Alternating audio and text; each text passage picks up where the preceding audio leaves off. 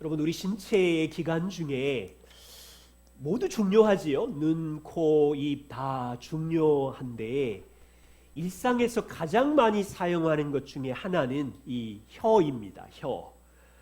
이 혀는 작고 생김새도 별로 볼품이 없고 언뜻 생각할 때는 중요해 보이지도 않습니다. 우리는요, 일상에서 친구 눈이 예뻐, 귀가 예뻐, 코가 멋지다라고 하지만 이런 얘기 들어보셨어요? 너 혀가 진짜 예쁘다. 혀가 너무 멋져. 이런 얘기는 없지요.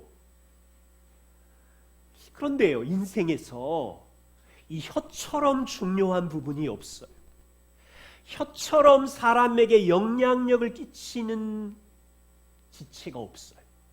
보통 사람은 하루에 25,000개의 단어를 이 혀를 통해서 쏟아낸다고 합니다. 그리고 일상에서 가까운 가족과 만나는 친구에게 영향력을 끼치는 부분도 이 혀입니다. 그 영향력이 얼마나 큰지 잠언 18장 21절에서는 죽고 사는 것이 혀의 건세에 달렸다고 해요. 하나님이 주신 혀로 우리는 사람을 살릴 수도 있고요, 어쩌면 고통스럽게 할 수도 있어요. 오늘 저와 우리는 하나님이 주신 이 혀로, 입으로 어떻게 하나님의 마음, 복 주시기를 원하시는지의 이 마음을 나누고자 합니다. 요즘처럼 재난이 계속되고 우리의 뜻대로 일이 풀리지 않을 때 하나님이 복 주시기를 원하는 마음을 이 입을 통하여 전하지 못할 수 있어요. 오늘 이 말씀을 함께 나누면서 하나님께서 얼마나 복 주시기를 원하시는지, 그 복의 성격과 의미는 무엇인지 한번 살펴보고 싶어요. 그리고 일상의 삶에서 이 복을 어떻게 흘려보낼 것인지 한 두 가지 적용을 나누고자 합니다. 여러분, 오늘 본문을 보시면 하나님은 광야를 지나고 있는 이스라엘 백성들에게 복을 주고 싶으신데 어떻게 하시냐면 아론과 제사장들을 통해서 그들의 혀, 입을 통하여 이스라엘 백성에게 이 복을 전하라고 하시는 거예요. 상상력을 동원해 보십시오. 현재 이스라엘 백성의 상황은 초라합니다. 복과는 거리가 멀어요. 조금 전까지 이스라엘은 애굽의 노예였습니다. 지금은 광야의 난민입니다. 눈을 돌아봐도 정착할 집이 없어요. 땅도 없어요. 현실적으로는 떠들고 광야를 떠다니고 있는 난민이고요. 눈에 보이는 것은 끝도 없는 메마른 땅이고요. 무서운 뜨거운 더위와 추위가 있는 광야예요. 그러면 서로를 볼 때 얼마나 한심한 처지로 고개를 푹 숙이고 인생을 비관하기 좋은 현실이.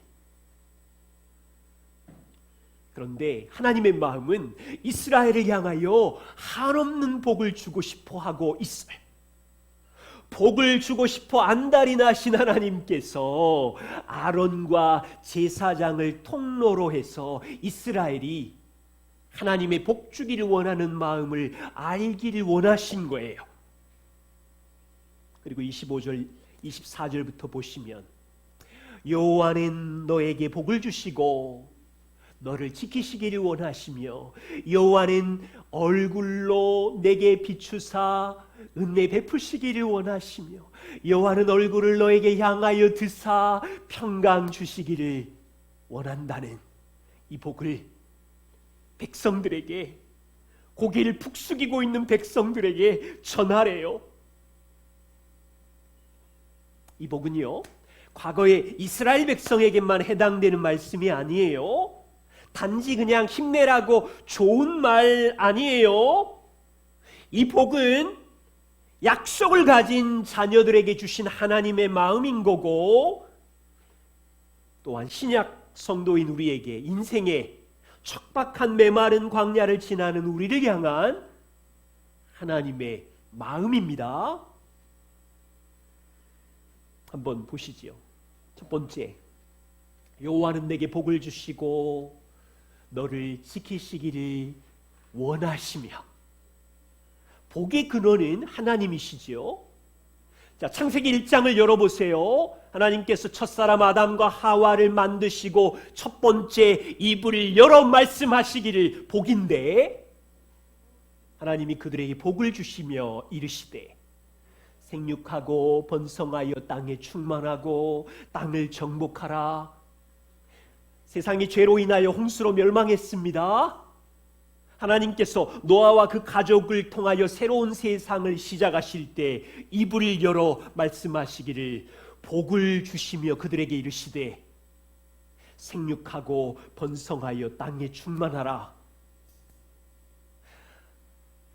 이 노인네 아브라함 믿음의 조상으로 불러놓으시고 하나님께서 이불을 열어 창세기 12장에 말씀하시기를 내가 너로 큰 민족을 이루고 내게 복을 주어 너의 이름을 창대하게 하며. 여러분, 오늘 민수기 아브라함의 후손들이 애굽을 탈출했어요. 새로운 백성으로 시작할 때 하나님은 자신의 마음을 숨기지 못하시고, 그런데 이스라엘 백성은 고개를 북숙이고 있어. 현실을 보니까 난감해.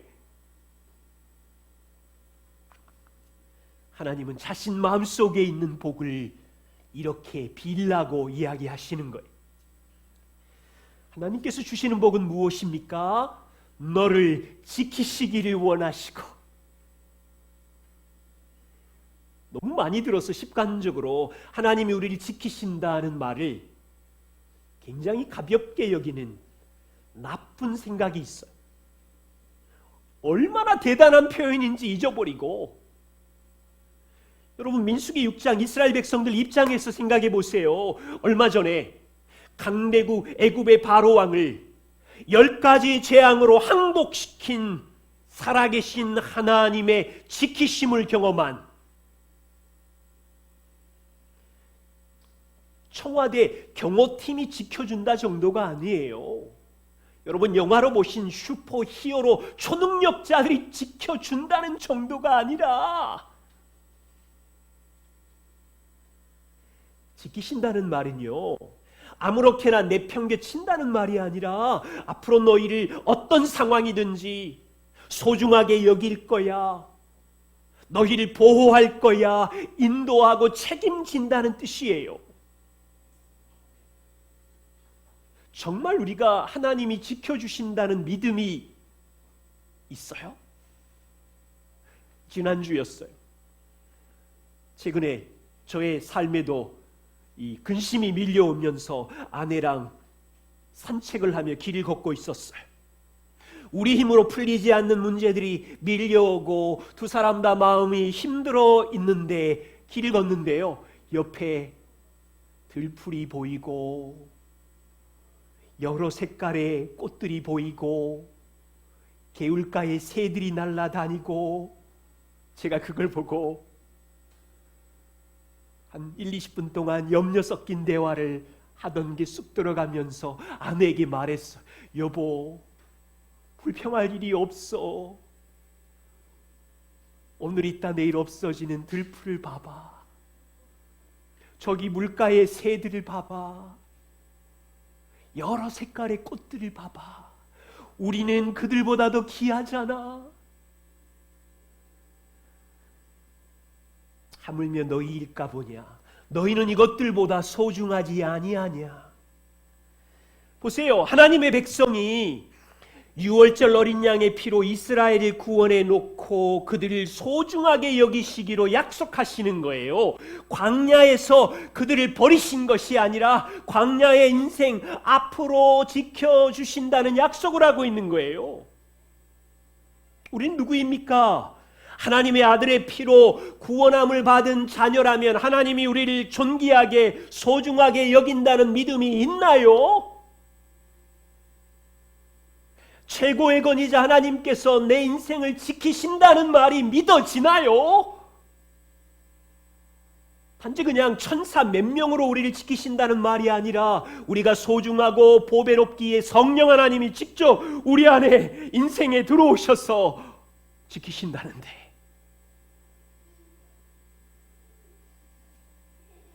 지난주 광야의 인생길에서 지치신 분이 계십니까? 오늘 본문에 광야의 이스라엘을 복주시고 지키시기를 원하시는 주님이 거친 광야길을 걷는 주의 백성들을 지켜주시는 복으로 같이 하시겠대요. 두 번째 부분입니다. 25절이에요.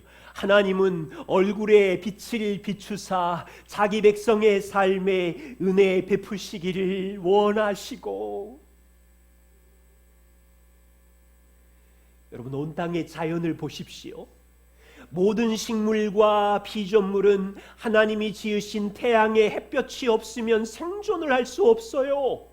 모든 생물에게 태양의 빛의 은혜가 비춰야 살아가는 것처럼 이스라엘 백성이 광야를 지날 때 매일 매순간 하나님의 은혜의 빛이 성실하게 비추어야 광야를 지나갈 수 있지요. 자, 민수기 6장 앞부분에 애굽을 탈출하는 동안 하나님의 얼굴 비춘 이스라엘을 어떻게 비추셨어요? 애굽의 바로 왕의 어둠의 다스림을 받을 때 하나님의 은혜의 빛은 10가지 자연을 움직여서 탈출하게 하신 은혜가 있지요. 홍해를 건널 때 하나님의 강력한 은혜의 빛은 홍해 바다를 가르시고 메마르게 하시고 건너가게 하시는 은혜가 있지요. 보세요. 이 민수기 6장 축복문을 듣기 전날까지 이스라엘은 아침에도 하나님의 은혜로 부어주신 광야의 만나를 먹으면서 현재에도 뜨거운 광야의 구름 기둥의 보호를 받으면서, 그런데 현실은 고개를 푹 숙이고 있어요. 앞길이 안 보이니까.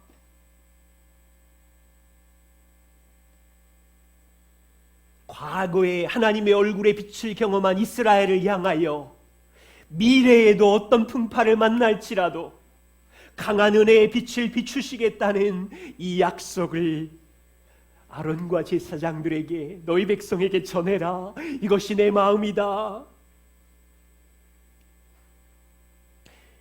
여기 있는 우리는 어떤 하나님의 은혜의 빛을 경험했습니까? 없어요. 여러분 이사야 59장 2절 보세요. 오직 너희 죄악이 너희와 하나님 사이를 갈라놓았기에 너희 죄가 하나님의 얼굴을 가리어서 너희에게서 듣지 않으시게 함이라. 이사야 선지자는 우리의 실존을 얘기하고 있어요. 저희들의 죄악이 하나님의 얼굴을 가려버려서 하나님의 영광의 은혜의 얼굴빛이 비치지 못하는 실존. 그런데 예수님께서 십자가의 죽으심으로 다 이루었다고 하자 하나님과 인간 사이에 막혀있는 장벽이 무너지고 이제는 성도들에게 하나님의 은혜의 빛이 비출 수 있는 복음의 은혜 아래 들어온 백성들로 불러주신 거지요. 바울은요 이것을 알고 고린도서 4장 6절에 어두운 데서 빛이 비치시라 하시던 그 하나님께서, 여러분 지금 창조의 하나님을 설명하고 있는 거예요. 모든 것이 칠흑같이 어두웠을 때 어두움 가운데 빛이 비치리라 하시던 그 하나님께서 죄로 인하여 어둠 속에 살고 있는 그 백성들에게 어떻게 빛을 비추셨냐면 그리스도의 얼굴에 있는 하나님의 영광을 아는 빛을 그리스도께서 십자가에다 해결하시고 휘장을 거두시고 하나님의 은혜의 빛을 비출 수 있게 하신 거예요.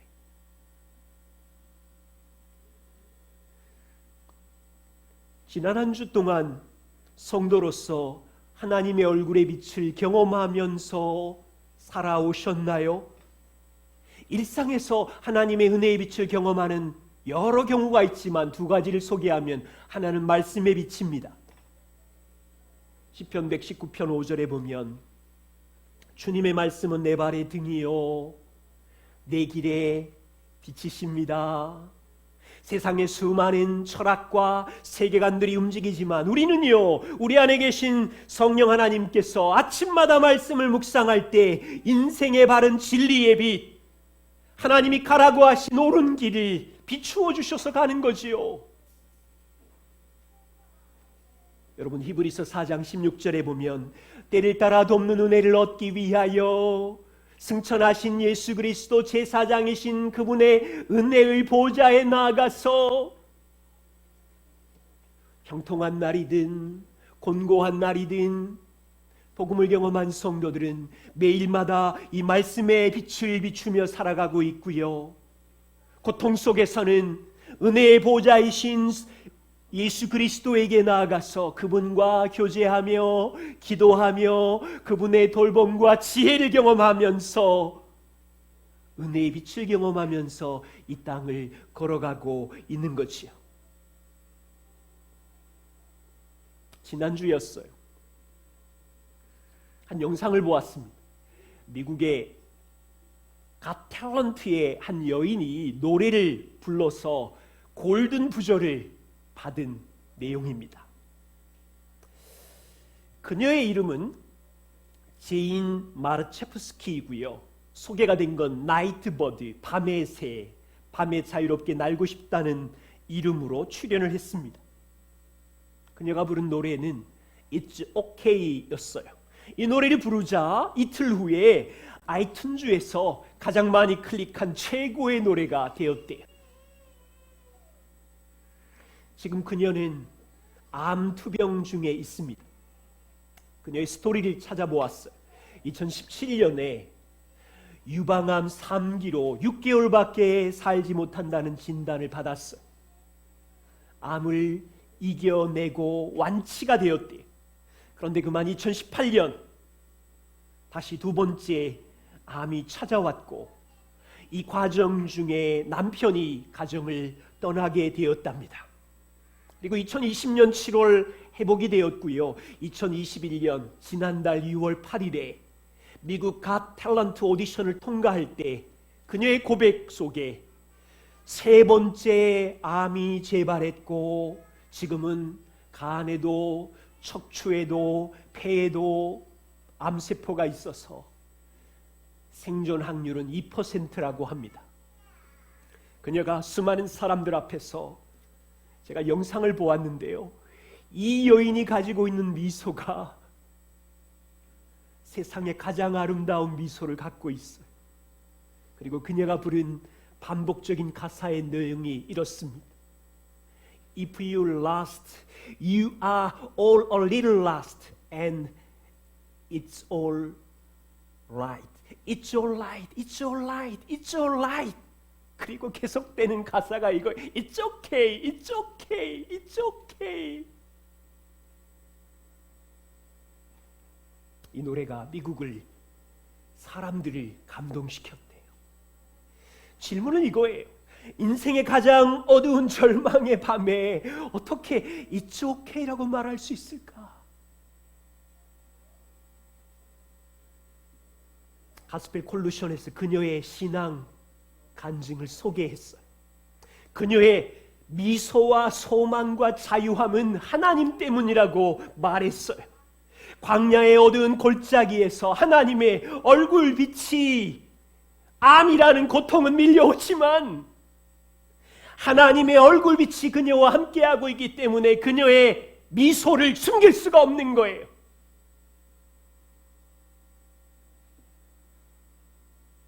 그렇다면 이 나이트보드라는 예명을 가진 이 여자에게만 절망 속에서 It's okay의 하나님이고 내 안에 계신 하나님은 아니에요? 우리도 아들 예수의 십자가의 피로 구원함을 받은 인생 속에 하나님의 은혜의 빛은 비추고 있는데 어떻게 반응해야 이 골짜기에서 It's okay라고 말할 수 있는 걸까요? 광야는 계속되지만, 골짜기는 여전하지만, 2%의 생존 확률이 없지만 그 절망 속에 전능하신 하나님이 동행하신다는 얼굴빛이 저와 우리의 삶에도 비추기를 소망합니다. 세 번째입니다. 여호와는 그 얼굴을 너에게로 향하여 드사 평강 주시기를 원하노라. 무슨 뜻입니까? 하나님이 얼굴을 향하여 들어서 방향을 돌려서 이스라엘 백성들과 눈을 맞추기를 원하시는 거예요.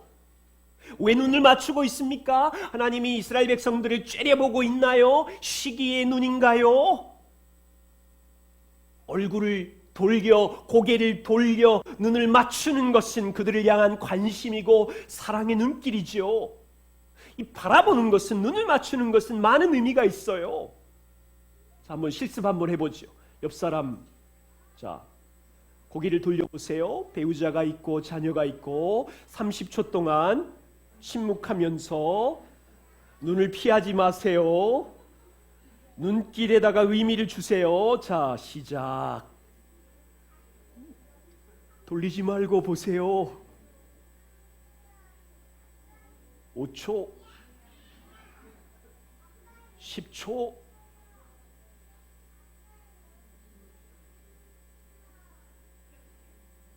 20초.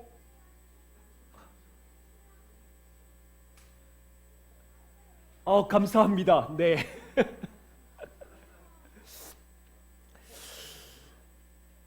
사실은요, 많은 내용을 눈빛으로 전할 수 있어요. 말은 없지만, 관계가 안 좋으면 너 왜 째려보니 힘들어 그러겠지만, 고마워, 사랑해, 많은 눈길로 의미를 전달할 수 있어요. 보십시오. 하나님은 6월절 어린 양의 피로 이스라엘 백성을 구원해 놓으시고 광야에 던져놓고 내팽겨치신 것이 아니라 얼굴빛을 비추실 뿐 아니라 얼굴을 향하여 드셔서 사랑의 눈길로 그 다음 최고의 복 평강 주시길 원하노라. 이스라엘 백성의 평강은 샬롬인데요, 최고의 복을 말해요. 온전함, 건강, 평안, 복지, 만족, 다른 사람과의 조화로운 관계, 우정, 모든 복이 샬롬 안에 들어가 있어요. 광야에 던져진 이스라엘 백성을 보시는 하나님의 눈빛에는 자기 백성을 향한 최고의 평강 주시기를 원하는 눈빛이에요. 그런데 말씀드렸듯이 이스라엘 백성들이 자기들끼리 서로 바라보는 눈빛은 어때요? 볼품이 없고요, 초라하고요, 미래가 불투명하고요, 우리는 난민이야, 떠돌이야, 집도 없어, 염려는 산더미고요. 그런데 하나님은 이스라엘 백성들을 바라보는 눈빛이 놀라워요. 너희는 노예가 아니라 하나님의 자녀야. 너희는 볼품없는 자가 아니라 나의 계획을 실행하는 중이야. 너희는 내 백성이며 거룩한 제사장 나라야. 이스라엘 백성이 이걸 모르니까 하나님이 아론과 제사장을 통해서 나의 마음의 사랑을 자녀들에게 축복하고 자손들에게 말해라.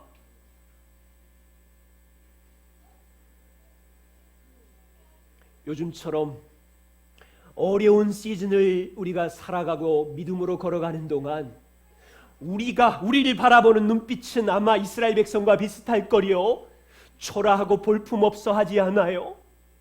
현실적인 장벽에 갇혀서, 저희 교회도 지금 교회 이전이라는 현실적인 장벽에 갇혀서 상황도 물질도